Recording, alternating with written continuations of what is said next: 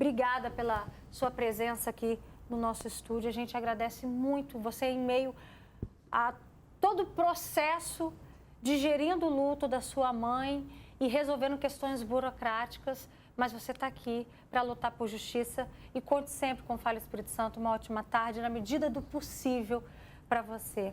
A gente também recebe aqui Jusileia Ribeiro, que vocês de casa já conhecem muito bem. A Jusileia lida todos os dias com mulheres que são vítimas dessa violência absurda, inaceitável, até porque ela também já foi vítima desse tipo de violência.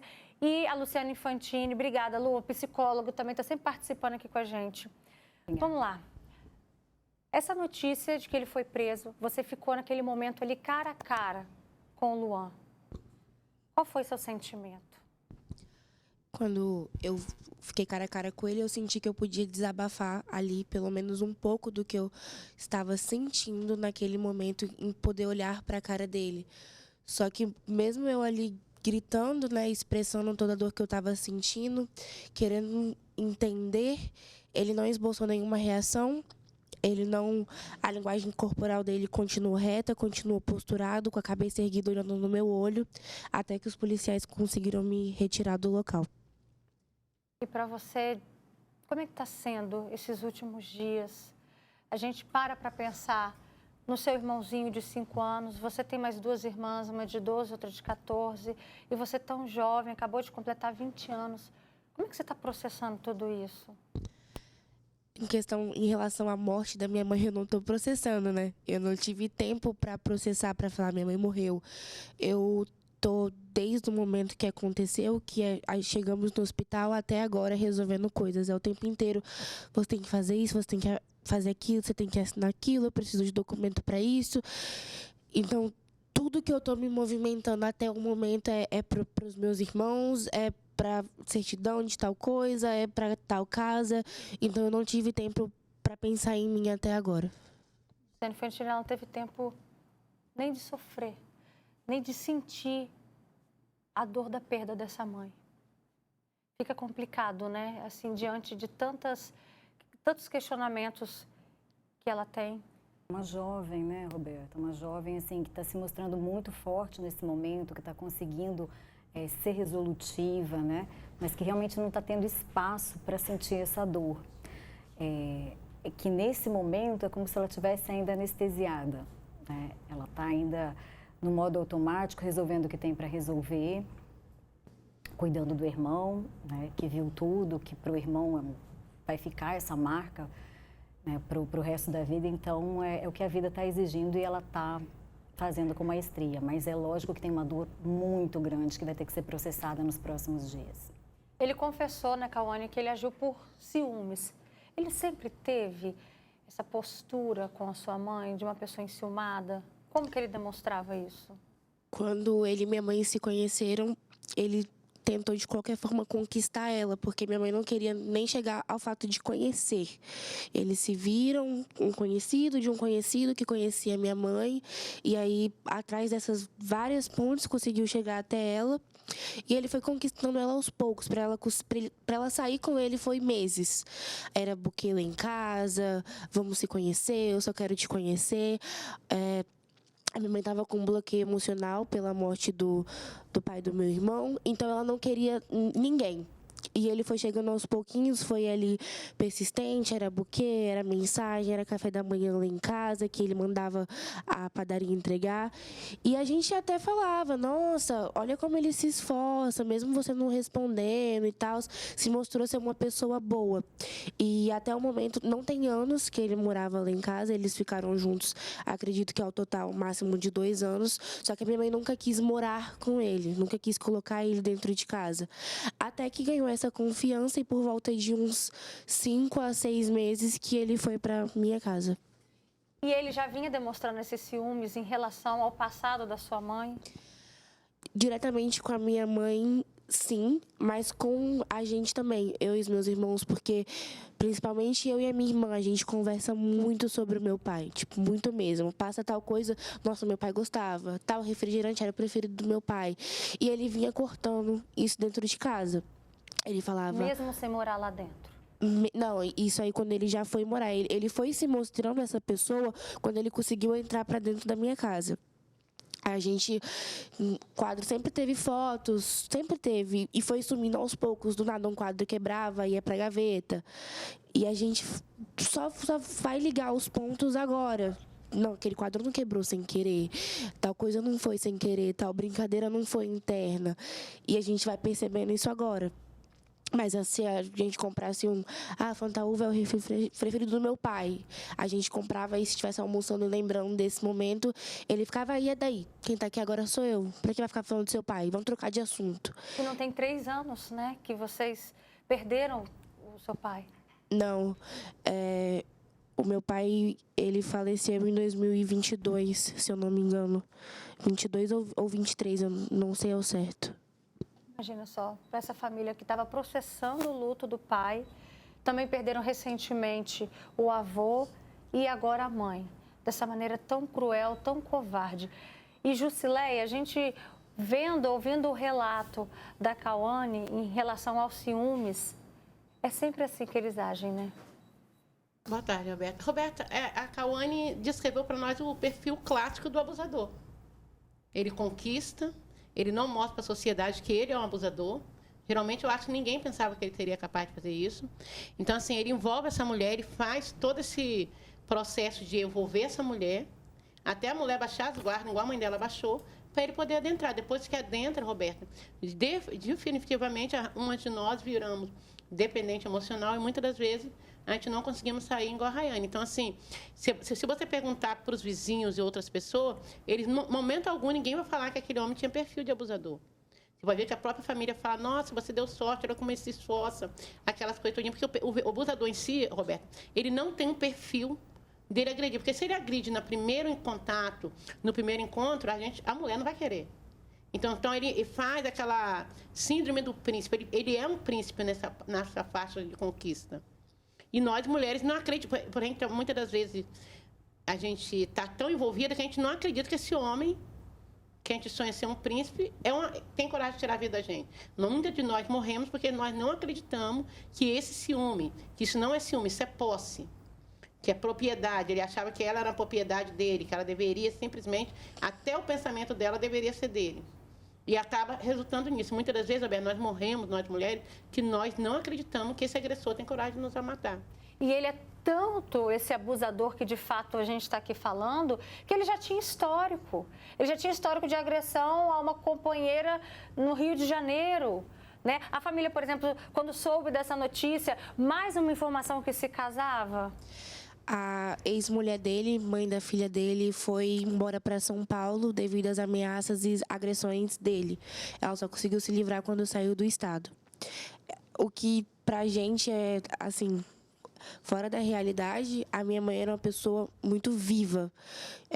Não só quem conhecia, mas quem não conhecia pela boca das outras pessoas. A minha mãe sempre foi muito alegre.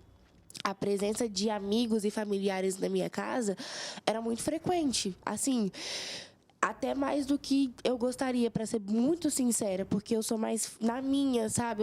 Eu estudo, então eu gosto de silêncio. E a minha mãe não. A minha mãe, ela gosta de música, ela gosta de festa, ela gosta de todo final de semana alguém diferente.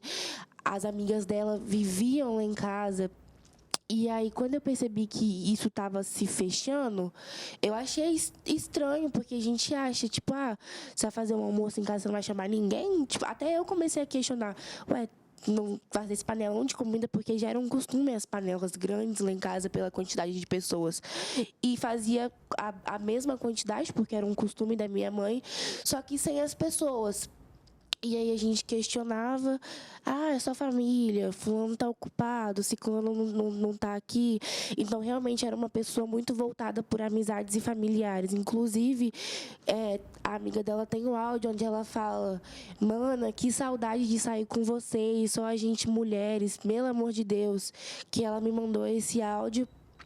Só que, infelizmente, agora é tarde, né? Luciana Infantini, olha, a gente está aqui pensando em a palavra que a Jusileta falou, que não é ciúmes, é posse até, porque quantas vezes a gente noticiou aqui histórias de pessoas que têm ciúmes em relação ao passado, um ex, né? Ou então uma situação. Mas a gente está falando do pai que já nem mais está aqui, um pai falecido. O que isso diz a respeito da pessoa que está ali, sabe, controlando a vida de uma criança de 5 anos que ficou incomodado porque quis pegar a fotografia do pai para matar a saudade de um pai que há 3 anos faleceu? Então, o que isso diz sobre o comportamento desse homem? Roberta, uma coisa que a gente sempre repete aqui, que vale a pena falar, é que isso não é indicativo de transtorno mental e nem de ser isento de imputabilidade, né? Ele precisa ser imputado pelo crime porque isso fala muito mais do perfil aqui descrito de abusador. Um abusador é uma pessoa que tem que realmente responder pelo crime. E nós vemos que no Espírito Santo esses números não têm decrescido, né? Tanto de feminicídio quanto de violência contra a mulher. Só esse ano já tivemos 29 vítimas, 29 mulheres já perderam a vida. Olha só. E o que tem por trás disso, Roberta? Essa cultura da impunidade, né? Do não vai dar nada, a cultura da violência e ainda uma cultura machista que faz com que a mulher seja um objeto, né? Que seja posse. E aí ele sentia dono do pedaço, dono da casa, e é bem nesse sentido que eles agem mesmo, seduzindo, conquistando, mas quando entra, né, para dentro, ele vai começando a cortar os vínculos dessa mulher com a família, com as amigas, vai começando a sabotar, a falar mal, ou então muitas vezes falar assim, não chama, eu prefiro ficar sozinho com você. Não importa, mas de todo jeito ele vai isolando essa mulher para que ela não tenha uma rede de apoio. E aí ele vai cada vez dominando mais e ela vai sendo vítima, inclusive não só das agressões, mas também em relação à dependência afetiva. Cortando esses laços sociais, ela vai ficando cada vez mais dependente afetivamente dessa pessoa. Então, é assim que ele vai conseguindo o que quer. E aí uma hora, como você falou, né? Ou é a foto de um pai falecido, ou é o sal na comida, não importa a desculpa. A questão é que tem que estar tudo funcionando de acordo com o que ele quer. Né? É o perfil do abusador. E aí, quando as coisas não saem do jeito que ele quer, ele agride e chega um momento até, né, de cometer, sim, o feminicídio. Então, Olha, é só uma questão assim, importante, né, que você trouxe, que é muitas mulheres ainda não acreditam. Não, ele pediu desculpas, ele só me bateu, só me machucou, né, eu estava bêbado. Mas não acreditam que ele vai cometer o feminicídio e cometem. A sua mãe chegou a ter esse medo de algo pior acontecer com ela e chegar ao ponto que chegou? Não. Ela sabia que ele tinha um ciúme possessivo, só que eu tenho total certeza que ela achava que ele nunca faria isso com ela, porque ele amava ela, porque ele era o marido dela. Então eu acredito que ela não tinha esse pensamento de ele vai me matar ou ele me mataria. Eu acredito que ela pensava que era algo de casal e que poderia ser resolvido se ele parasse de beber ou se ele parasse de frequentar ambientes, mas acreditava que poderia sim ser resolvido. E olha, a história dos ciúmes que está por trás disso chama bastante atenção, que eles estavam num momento em que a família estava comemorando, celebrando uma conquista material. Vocês tinham acabado de comprar um carro e ainda assim ele se incomodou ali no momento no barzinho com 2 homens que teriam olhado para sua mãe. Então, ele era um cara realmente, ele é uma pessoa que realmente expressa esses ciúmes o tempo inteiro. E essa fala que ele fala para a delegada, né, que no bar os 2 homens olharam para minha mãe, eu não acredito, porque em qualquer ambiente que a gente ia, tava numa fila de supermercado, aquele cara tá olhando para você. O cara não sabe nem quem é minha mãe, nem olhou para a cara dele. Às vezes é coisa da cabeça do cara mesmo. E isso eu sei que não é só ele, tem muitas pessoas que vivem isso dentro de casa e acham que é ciúme, que é amor, mas não é. A gente tem participações aqui no nosso Facebook e também no nosso WhatsApp. Tem gente falando, meu nome é Lucília Francisca, eu sou moradora aqui do bairro São Pedro. Exatamente 2 meses passei por agressão verbal e física. Ele me tratava muito bem. Eu nunca imaginei que seria capaz de me agredir, mesmo sabendo que ele já tinha feito com outras ex-mulheres. Porém, eu revidei e mandei embora da minha casa, senão meus filhos e netos teriam me enterrado há 61 dias. Esses narcisistas são espécies de doentes. Boa tarde, eu sou a Patrícia, graças a Deus, você é muito forte, Cauane. Tua força vem de Deus, você orou pedindo que o assassino fosse pego e aconteceu. Você tem 3 irmãos para dar o exemplo de uma grande jovem de Deus. Deus abençoe você, Florzinha, e toda a família. É o comentário da Patrícia que participa com a gente. Também tem outro relato, Roberto, os casos só aumentam por causa da impunidade. Ninguém fica preso por nada, pode roubar, agredir, matar, traficar, enfim, tem mais comentários aqui das pessoas revoltadas também com o nosso judiciário, que não tem interesse em acabar com a violência. Roberto, eu conheço uma pessoa que a última mulher foi embora porque ele não deixava ela sair do portão para fora. Ele era controlador em todos os sentidos. Ele ficava com raiva por coisas do que ela viveu no passado, com ciúmes do passado dela. Todas as mulheres que eles se relacionam é assim. E, Jusileia, a gente sabe o quanto que... É o que a Luciana Infantini falou. Depois que está envolvida ali emocionalmente, tem também, em alguns casos, não era a situação da sua mãe, se envolve também a dependência financeira. O que você escuta dos relatos dessas mulheres? Por que fica mais difícil ainda romper esses relacionamentos? Roberta, geralmente os agressores têm todos o mesmo perfil. Todos eles são perfilados. O narcisista em si ele é perfilado. Porque a primeira coisa que esse homem faz quando ele quer cometer essa agressão é tirar a mulher do vínculo familiar. Ele quebra esse vínculo. Geralmente você não vai ver um agressor agredindo a mulher dentro da casa da mãe. Ele tira a mulher daquele vínculo, coloca ela em outro local para onde a família não possa ter acesso. Geralmente, a maioria das mulheres de feminicídio, elas moram longe de familiares que podem intervir. Porque é uma forma dele de contenção.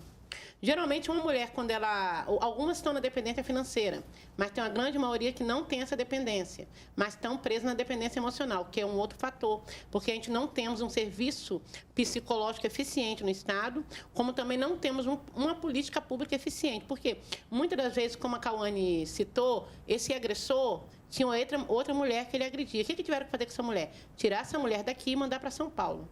Muitas das vezes, Roberto, não adianta só ter medida protetiva. Essa mulher tem que sair do território. Porque o narcisista em si, ele não aceita perder essa posse. Porque para ela é posse, para ele é posse. Então, assim, esse homem ele não queria. Assim, quando esse homem fala assim, que ele tem ciúme de uma pessoa que morreu, é que a autoestima do narcisista é tão baixa que ele fazia comparativo com a memória afetiva que ela tinha do finado marido e dele. Por isso que gerava essa compulsão dele. Então, assim, muitas das vezes as mulheres não entendem quando elas estão num ciclo de violência que a gente acha que a gente temos o poder do amor, o poder de mudar. Isso é fábula. A gente não consegue mudar caráter de ninguém. O narcisista é uma pessoa que tem um transtorno, tem, mas ele tem que ser aplicada a lei nele.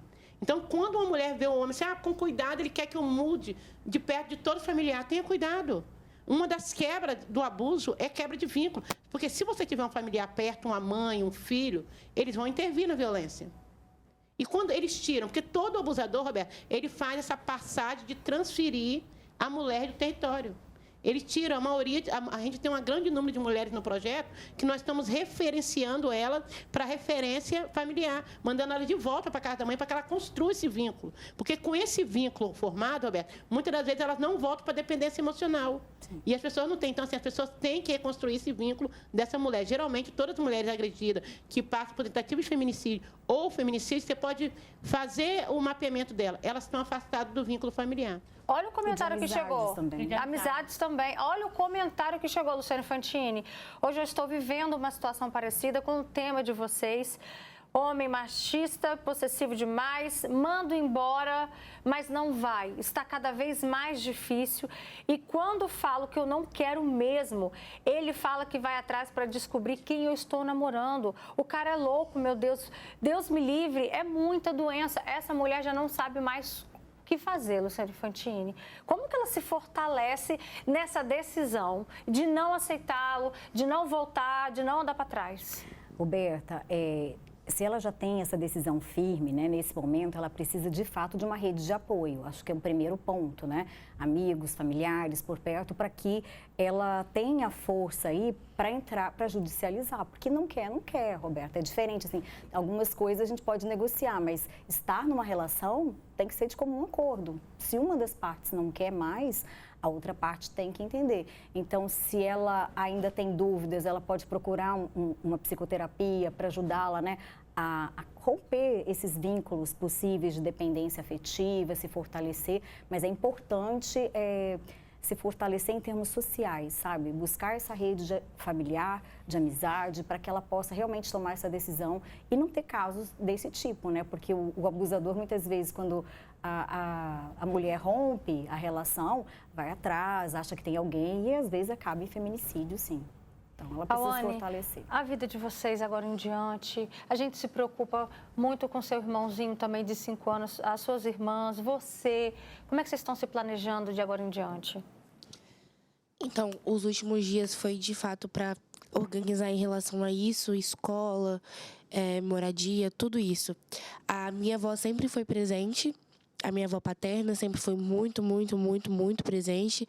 Sempre esteve com a gente em todos os momentos. Inclusive, foi a primeira que chegou, mesmo estando em Vitória, foi a primeira que chegou lá no hospital. As minhas irmãs vão ficar com ela, os meus irmãos vão ficar comigo, mas não vamos morar distante, é ali grudado uma casa na outra, perto ali, se vendo todos os dias. A minha irmã de 14 anos, ela consegue me ajudar com meu irmão, não tendo responsabilidade sobre ele, porque ela é menor de idade, ela tem as coisas dela para lidar, a adolescência dela para viver. Mas em relação a poder buscar na escola, porque eles vão estudar juntos, e assim a gente vai se encaminhando. E muita força para vocês. A gente agradece muito a sua presença aqui, como forma de levar esse alerta a todas as mulheres, né, que estejam hoje ou amanhã num relacionamento assim. E aquilo que eu disse para você na mensagem, pode ter certeza que você vai estar nas minhas orações. Você e seus irmãos. Obrigada. Tá? Conte sempre com o Fala Espírito Santo, Cauane. Papai do Céu te abençoe e te carregue no colo, tá? Amém. Beijo, Lu. Obrigado pela sua presença. Cauane, você pode procurar os direitos que as mulheres vítimas de feminicídio têm direito, que é a Lei Jussiara, que oferece atendimento psicológico para você, para os seus irmãos, e a Lei dos órfãos de feminicídio, que são a pensão até os seus irmãos completar a maioridade. Você pode procurar um advogado para auxiliar vocês, que isso são direitos que a mulher não deveria ter, a gente preferiria viver. Mas, infelizmente, aconteceu. Exatamente, é uma pensão especial e que a gente sabe que, infelizmente, não dá para cobrir todos os custos, mas que já é, né, um avanço aí na lei. Obrigada, gente.